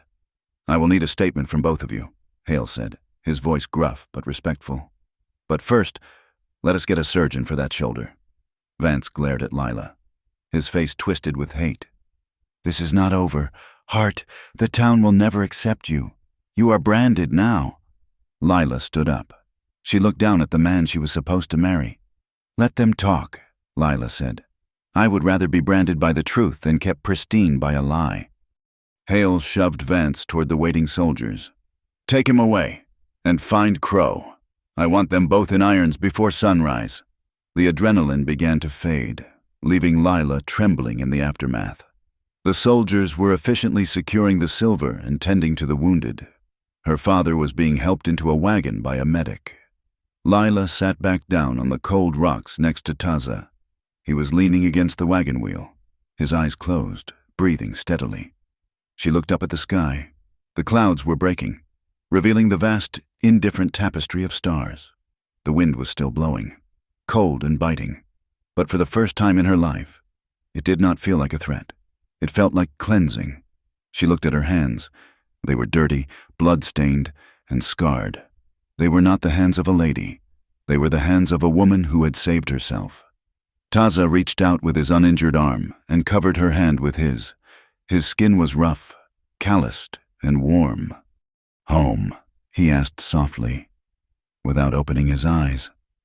Lila looked at the desolate canyon, at the wounded men, at the uncertainty of the future. She squeezed his hand. "Not yet," she whispered. "But soon." They sat there in silence as the dawn began to bleed into the sky, painting the brutal landscape with the soft, impossible colors of a new day. She was 17 years old, but the girl who had baked corn cakes and feared her father's voice was gone. In her place sat a woman who had walked through the fire and carried the water of truth out the other side. The dust from the arrest of Silas Crow and Deputy Cole Vance eventually settled, but the dust in the minds of the people at Red Willow Crossing was far harder to clear. News traveled across the Arizona Territory not by telegraph, but by the slow, venomous grapevine of gossip. By the time the story reached the church pews and the saloon counters, the truth had been twisted into a shape that suited the prejudices of the town. They did not speak of a brave girl who saved the silver shipment. They spoke of the Hart girl, the one who had turned against her own kind to run with a savage. Lila Hart walked into the general store 3 weeks after the shootout at Coyote Pass. The bell above the door chimed with a cheerful sound that was immediately smothered by the heavy silence that fell over the room. Mrs. Gable, who had known Lila since she was a baby, suddenly found the pattern of her calico fabric incredibly interesting. Two ranchers by the stove stopped their conversation mid-sentence, staring at Lila with eyes that were cold and hard as flint. Lila moved to the counter. She placed a basket of eggs and a jar of honey on the wood. "I need 5 pounds of flour and a box of salt," Lila said. Her voice was steady, though her hands gripped the edge of the counter tightly. The shopkeeper, a man named Miller, who had once given her peppermint sticks, did not smile. He weighed the flour in silence, took her eggs, and pushed the goods across the counter without meeting her eyes. "That will be 50 cents, Miller muttered. "The price was 40 cents last week," Lila noted. "Price went up," Miller said, looking past her shoulder. "For some." Lila looked at him. She understood. This was the tax on her choices. She placed 2 quarters on the counter. She did not argue. She did not lower her head in shame. She took her flour and walked out, the door closing behind her in a room full of whispers. She was learning that freedom was not a warm blanket. It was a cold wind that you had to stand in without shivering. 3 miles away, in a secluded grove of red willows where the creek bent sharply against a limestone bluff, Taza was fighting his own battle. The bullet from the ambush had shattered his collarbone and torn through the muscle of his shoulder. It was a wound that would have killed a weaker man, or at least cost him the use of his arm. But Taza was made of the same resilient material as the desert scrub oak. Lila rode out to the grove every evening. She told her father she was checking the cattle, and perhaps Ezekiel knew she was lying, but he said nothing. She found Taza sitting by a small fire, his arm bound in a sling made from a clean flour sack. He was whittling a piece of ironwood with his good hand, his movements slow but precise. "You should be resting," Lila chided, dismounting from Bess. She carried a pail of fresh stew and a clean bandage. "Rest is for the dead," Taza replied, though he set the wood aside. He looked at her, his dark eyes scanning her face for signs of the town's cruelty. "They were hard on you today. They were loud in their silence," Lila admitted, kneeling beside him. She began to unwrap his bandage. The wound was knitting together, angry pink skin replacing the raw red meat. "But I do not care. Let them talk." "Words are like arrows," Taza said softly as she applied the salve. "If you do not pull them out, they poison the blood." Lila paused, her hand resting on his uninjured shoulder. "I am not poisoned. Taza, I just see them clearly now. I see who they are." There was a boundary between them, invisible but firm. Lila was 17, a white woman of the territory. Taza was an Apache warrior, a fugitive in the eyes of many. Though the army had temporarily cleared him, they sat close by the fire, but they did not touch more than was necessary for healing. Taza respected her too much to compromise her further. He treated her with a reverence that was terrifying in its intensity. He did not court her with flowers or poetry. He courted her by surviving, by staying close enough to protect but far enough to preserve her honor. Back at the homestead, the house felt different. The oppressive air of command was gone, replaced by a fragile, quiet peace. Ezekiel Hart sat in his rocking chair by the hearth. The injury to his head had healed, but it had taken something out of him, the bluster, the desperate need to control. He watched Lila moving about the kitchen, kneading dough for the morning bread. "Lila," Ezekiel said. His voice was thinner than it used to be. "Yes, Papa." "The lawyer came by today," Ezekiel said. "From the bank. He said with the reward money from the silver shipment recovery, the mortgage is paid. The land is clear." "That is good news," Lila said, not stopping her work. "It is your land," Ezekiel continued. Lila stopped. She turned to look at him. "The deed," Ezekiel said, staring into the fire. "I put it in your name. I'm an old man, and I have made too many mistakes. I thought the law was God, and I thought money was safe. You showed me that a man can wear a badge and be a devil, and a man can wear buckskin and be honorable. He looked at her, his eyes wet. I am sorry I tried to sell you, child. I was scared. A scared man does terrible things. Lila wiped the flour from her hands. She walked over and knelt by his chair. She took his withered hand in hers. I forgive you, Papa, she said. And she meant it. The anger had burned away in the canyon, leaving only pity and love. Do what you want with the land, Ezekiel whispered. It is the only dowry I can give you, and if that young man comes around, I will not reach for my shotgun. It was not an embrace, but it was an opening of the gate. A week later, Lieutenant Owen Hale rode out to the farm. He looked tired, his uniform dusty, but his expression was grimly satisfied. We have a date for the trial, Hale told Lila as they stood on the porch. The territorial judge is coming to the fort next month. We have Crow, and we have Vance, but we need testimony. The pouch is evidence, but a jury needs a voice. I will testify, Lila said immediately. Hale hesitated. Lila, you know what the defense lawyer will do. He will drag your name through the mud. He will ask why you were with an Apache alone in the desert. He will try to paint you as unhinged, immoral. I know, Lila said. She looked out at the horizon, where the red willows marked the line of the creek. But if I stay silent, Vance might go free, and if Vance goes free, no one is safe. You are a brave woman, Hale said, tipping his hat. The trial was a spectacle. The courtroom at the fort was packed with spectators from 3 counties. When Lila took the stand, the murmurs were like the buzzing of angry hornets. Vance's lawyer was a slick man from Tucson who sneered at her dress and questioned her sanity. He asked her about her nights in the desert. He asked her about her unnatural loyalties. Lila answered every question with a calm that unnerved them. She did not cry. She did not shout. She simply told the truth. She told them about the hemp ropes, the red hand on the canvas, and the gun pointed at her father's head. When Taza took the stand, the courtroom became deadly silent. He spoke through an interpreter. Though he understood every word, he did not look at the jury. He looked at Crow.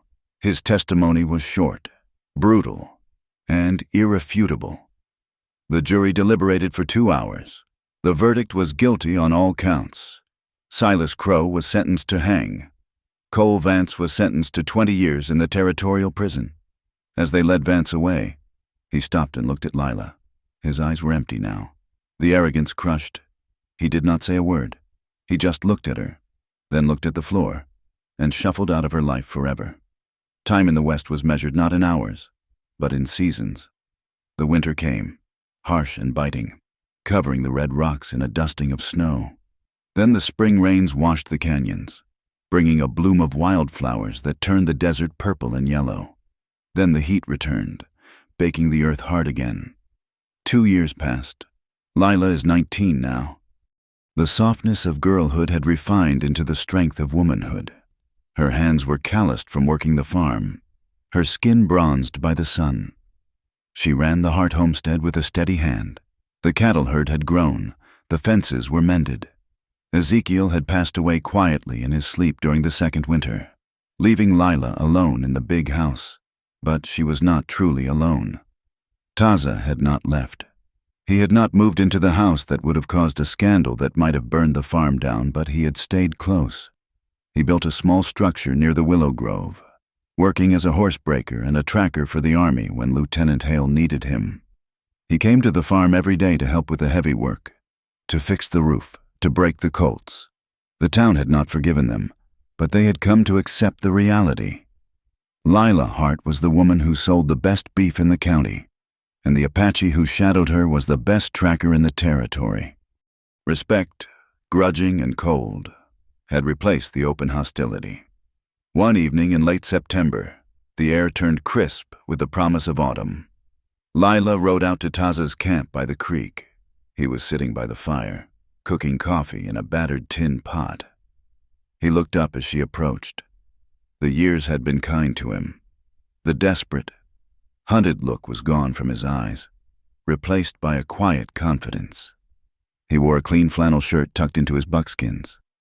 Lila sat on the log opposite him. She watched the flames dance. "The harvest is done," Lila said. "The corn is in the crib." "It was a good year," Taza noted. He poured her a cup of coffee and handed it to her. His fingers brushed hers, lingering for a moment longer than they used to. "Taza," Lila said, looking into the dark liquid in her cup, "do you ever think about leaving, going back to the mountains? The war is over. You could find a wife among your people." Taza watched her over the rim of his cup. "My people are in the mountains. Yes, but my heart is not in the mountains." Lila looked up, her breath catching.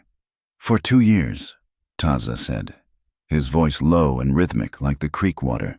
"I have watched you. I watched you bury your father. I watched you stand up to the bank. I watched you work until your hands bled. You are not the girl who shielded me in the barn anymore." "No," Lila whispered. "I am not." "You are the woman who holds the sky up," Taza said. He set his cup down and stood up. He walked around the fire and stood before her. Lila stood up to meet him. They were alone in the vastness of the night, with only the stars as witnesses. "I am tired of the distance." "Lila," Taza said, "I am tired of the space between us." "I am too," Lila admitted. "I was afraid. Afraid that if I chose you, I was just running away from the town, from the expectations. I wanted to be sure I was choosing you, not just an escape." "And now?" Taza asked. "Now," Lila said, stepping closer, "I know I am not running. I am standing exactly where I want to be." Taza reached out and cupped her face in his hands. His thumbs traced the line of her jaw. He looked at her with a hunger that had been restrained for 2 long years, a fire that had been banked but never extinguished. "Lila," he whispered, her name sounding like a prayer. He lowered his head and kissed her. It was not the tentative, frightened kiss of teenagers. It was the kiss of 2 survivors who had walked through hell to find each other. It was deep, slow, and heavy with promise. It tasted of coffee and wood smoke and the sweet, desperate relief of finally coming home. They stood there for a long time, the fire popping beside them, the world fading away until there was nothing left but the warmth of their bodies pressed together. When they finally broke apart, Taza kept his forehead pressed against hers. "I cannot live in the willow shack anymore," he murmured. Lila smiled, a genuine, radiant smile that made her eyes crinkle. "The farmhouse is big, too big for one person." Taza shook his head slightly. "No, the farmhouse is your father's ghost. It is the past. We need new." He took her hand and led her a few yards away, to a clearing near the largest cottonwood tree, where the creek bottom offered thick, red clay. "I have been checking the earth here," Taza said. He kicked the dirt with his boot. "It is good clay, strong, mixed with straw and sun. It makes adobe bricks that last 100 years. Lila looked at him, surprised. "You want to build a house here?" "Not a white man's wooden box," Taza said, gesturing with his hands. "An adobe, warm in winter, cool in summer, thick walls, a roof of Vegas tree trunks, a home that grows from the earth, not one that sits on top of it." He looked at her, vulnerable for the first time in years. "I want to build a sweet home, Lila, for you, for us. A place where the door is strong, but it is never locked against friends." Lila looked at the empty clearing. In the moonlight, she could almost see it, the low, sturdy walls of red earth, the smoke rising from the chimney, the sound of the creek singing them to sleep. It was not a grand mansion. It was a shelter. "A sweet home," Lila repeated, testing the words. They tasted like honey. "Yes, Taza, build it, and I will help you lay every brick." "It will be hard work," Taza warned, a smile playing on his lips. "And the remnants of Crow's gang, some are still out there. They will hear of this, an Apache and a white woman building a life." "Let them come," Lila said, her voice hard with the steel she had forged in Coyote Pass. "We have faced worse than bandits. We faced the truth, and we won." She leaned her head on his shoulder, watching the moon rise over the mesas. The danger was not gone. It never truly left the frontier. There would be droughts and wolves, and men with hate in their hearts.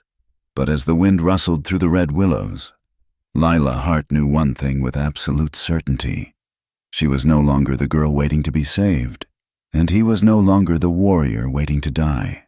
They were builders now, and tomorrow they will start making bricks.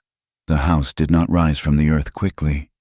It grew, inch by painful inch, from the red clay of the riverbank.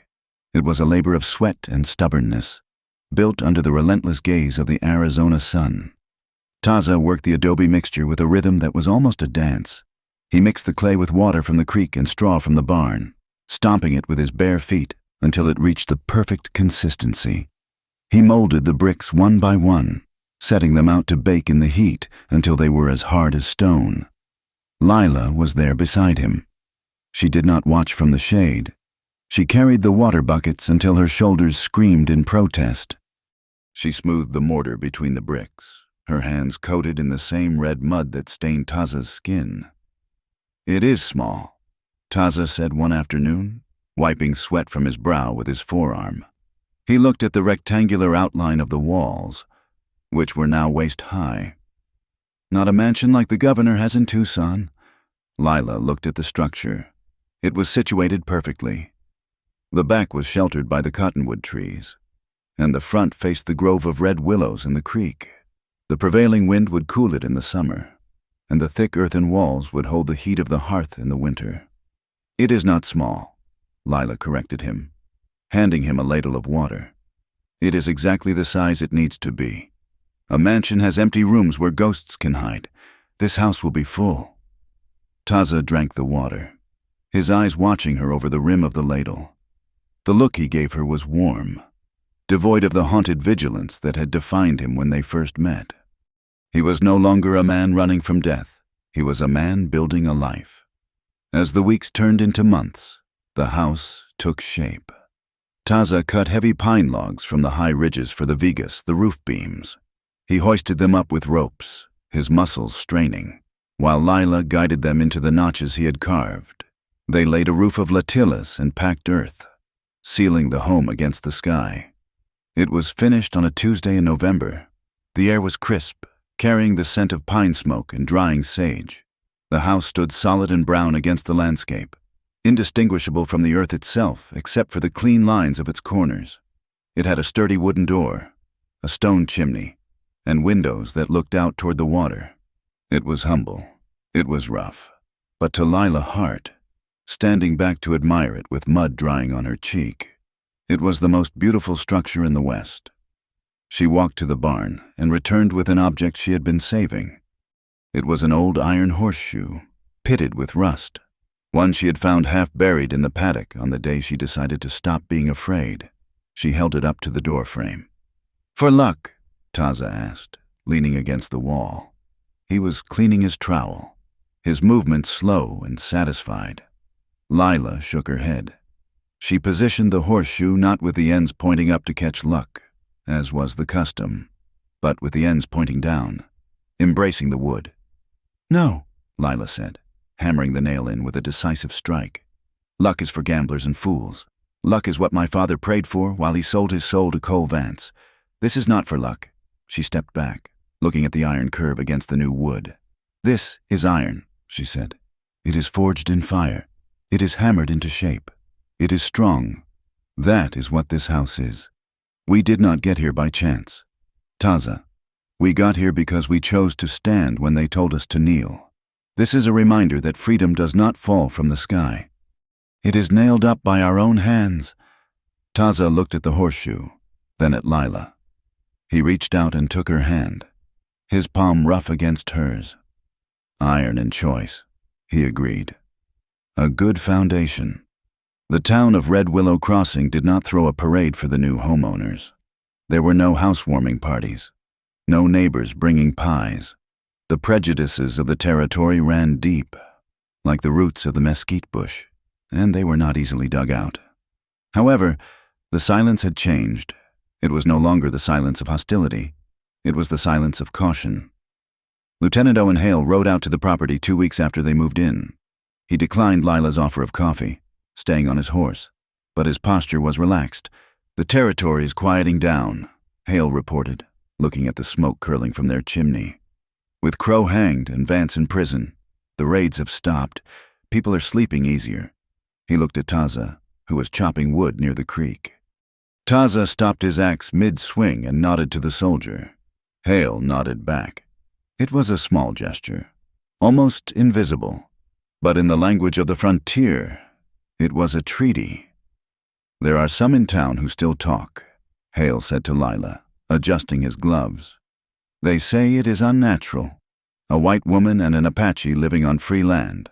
But I told the mayor that Taza is the best tracker I have ever seen, and you are the only witness who had the courage to speak the truth in court. I told him that as long as I'm commanding this district, the Hart homestead is under the protection of the United States Army." "Thank you, Lieutenant," Lila said. "Do not thank me," Hale said, turning his horse. "You earned it. Just keep a low profile. Peace is fragile." "We are not looking for trouble," Lila said. "We are just looking for quiet." Hale rode away, a solitary blue figure against the vast, red landscape. He kept his word. When a group of drunk cowhands tried to cut the fence line a month later, they were met not by Taza's rifle, but by a patrol of Hale's cavalry who escorted them firmly back to the main road. The message was clear. The war was over. Life settled into a rhythm. The seasons turned. Lila and Taza worked the land, their days filled with the honest, exhausting labor of survival. But in the evenings, when the sun dipped below the mesas and painted the sky in violets and oranges, they sat on the bench Taza had built by the door. They watched the creek flow. The water did not care about their pasts. It did not care that Lila had been a frightened girl or that Taza had been a hunted warrior.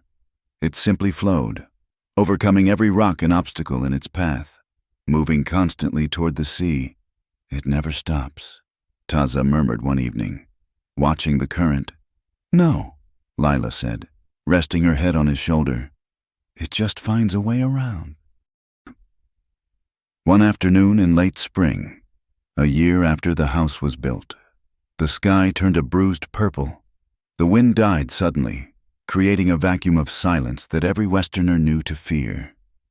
"Storm," Taza said, looking up from the vegetable patch. It came with fury. Rain lashed the earth, turning the dust to slick mud in seconds. Thunder shook the ground. Lila and Taza retreated into the adobe house, lighting the lamp and listening to the deluge hammering against the roof. The thick walls held. The roof did not leak. Taza's work was sound. Suddenly, through the roar of the rain, they heard a faint, frantic pounding on the door. Taza moved instantly, his hand going to the knife at his belt out of habit. Lila picked up the lantern. Taza opened the door. Standing there, soaked to the bone and shivering violently, was Mrs. Miller, the wife of the shopkeeper who had sneered at Lila in the general store. Her bonnet was plastered to her head, and her face was pale with terror. "Please, Mrs." Miller gasped, her voice barely audible over the storm. "Please, you have to help. It is my boy. It is little Samuel." "Come in," Lila said, pulling the woman out of the rain. "What happened?" "He went after a stray calf." "Mrs." Miller sobbed, water dripping from her skirts onto the earthen floor. "Before the storm broke, he has not come back. The creek is rising. My husband is out looking, but he cannot find the tracks in the mud. He cannot see." She looked at Taza. Her eyes were wide with fear. Not of him, but for her son. It was the look of a mother who would beg the devil himself if it meant saving her child. "The tracker?" she stammered. They say you can track a lizard across a rock. Please." Taza looked at the woman. He remembered the way her husband had looked at him like he was vermin. He remembered the whispers in the store. He looked at Lila. She did not say a word. She did not have to. Taza grabbed his oilskin coat and his hat. He took a coil of rope from the peg. "The mud washes tracks away," Taza said, his voice calm. "But the boy will seek shelter. I know where the wash cuts deep. I will find him." "I am coming," Lila said, reaching for her cloak. No, Taza said firmly. The water is high. Stay warmer. He pointed to Mrs. Miller. He stepped out into the storm, vanishing into the gray curtain of rain. 2 hours passed. The minutes stretched like hours. Mrs. Miller sat by the fire, rocking back and forth, clutching a mug of tea Lila had made. Lila sat opposite her, adding wood to the hearth, keeping the light bright. I'm sorry, Mrs. Miller whispered suddenly. Lila looked up. For what? For everything? Mrs. Miller said, staring into the flames. We judged you. We called you names. But here I am, sitting by your fire, praying for your man to save my son. He is not saving him because you are sorry, Lila said gently. He is saving him because he is a man who protects children. That is who he has always been. The door burst open. Taza stood there, water streaming from his hat. In his arms, wrapped in his oilskin coat, was a small bundle. Samuel, Mrs. Miller screamed, launching herself from the chair. The boy was wet, scared, and shivering, but he was alive. Taza knelt and passed the child to his mother. He was in the old cave by the bend, Taza said, wiping rain from his face. The water was rising, but he climbed high. Mr. Miller appeared in the doorway a moment later. Breathless and frantic, he stopped when he saw his wife holding their son. He looked at the dry, warm room.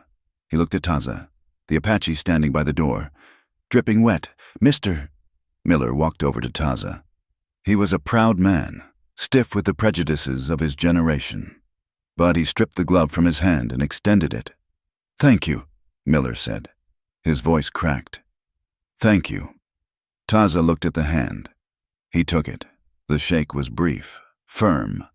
The boy is strong, Taza said. He knew to stay put. You saved his life, Miller said. He looked at Lila. Both of you, thank you. When the Millers left, the storm had passed, leaving the air washed clean. Lila stood at the door, watching their wagon disappear into the dark. It was a small moment. The town would not change overnight. There would still be cold stares and whispered words. But a crack had formed in the wall of hate. A child had been saved, and 2 parents had seen the truth. Lila turned back to the room. Taza was hanging his wet coat by the fire. He looked exhausted, but his eyes were peaceful. Lila walked over to him. She did not say anything. She simply wrapped her arms around his waist and rested her head against his back. He turned in her embrace, holding her close. She thought about the girl she had been, the 17-year-old who trembled when her father raised his voice, the girl who thought her only value was in being a dutiful wife to a man she despised. That girl felt like a stranger now, a ghost from a different lifetime. She had learned that kindness was not a weakness. It did not mean rolling over and letting the world walk upon you. Kindness required a spine of steel. It required the courage to stand between the pitchfork and the victim, to stand between the lie and the truth. And Taza, he had come down from the mountains, a broken man, fueled by the bitter coal of revenge. He had been hunted like a wolf, but he had chosen not to bite back. He had chosen to build. He had learned that trusting another person did not make him vulnerable. It made him human. We are wet, Lila murmured into his chest. We are home, Taza replied. He pulled back to look at her. The firelight caught the silver threads that were just beginning to appear in his hair, and the fine lines around Lila's eyes. They were not old, but they were no longer young. They were seasoned. Do you think they will ever truly accept us? Lila asked, looking toward the window. Does the coyote ask the mountain for permission to sing? Taza asked, a small smile playing on his lips. We do not need their acceptance. Lila, we have our own. He kissed her forehead. We do not promise that life will never hurt, he whispered, repeating the vow they had made to each other in the silence of their hearts many times. No, Lila answered, looking up at him with clear, fierce eyes. But we promise that if it hurts, we will not hurt alone. They moved to the door, opening it to the night. The rain had stopped, and the clouds were breaking apart. The moon, full and bright, bathed the valley in silver light. The creek was rushing loudly, swollen with the rain, a powerful, unstoppable force. Lila leaned against the doorframe of the house they had built with their own hands. She looked at the red willows swaying in the wind. She looked at the man standing beside her, his hand resting gently on her shoulder. The gate at her father's farm used to creak in the wind, a sound of loneliness and fear. Here, there was only the sound of the water and the steady beat of two hearts that had found their rhythm. Lila's heart smiled. She was no longer the girl who hid in the shadows. She was the woman who had walked into the dark and brought back the light. "Good night, Taza," she said. "Good night, Lila," he replied. They closed the door, shutting out the vast, wild night, and turned together toward the warmth of their sweet home. Author's note: howdy, partners. I want to thank you kindly for sitting by the fire with me and listening to the tale of Lila and Taza. It has been a long ride from that dusty barn to the adobe house by the creek, and I appreciate you riding along for every mile of it. I would love to hear from you folks. Drop a comment down below and tell me where you are listening to this story from. Are you in a bustling city or out in the quiet country? Let's share a bit of our own stories. If you enjoyed this journey into the American West, please consider subscribing to my channel, Wild West Tales. Give that video a like if it touched your heart. And if you want to help this story reach more folks who need a little bit of hope and grit, go ahead and hit that hype button. It helps more than you know. Until the next time, keep your powder dry and your heart open.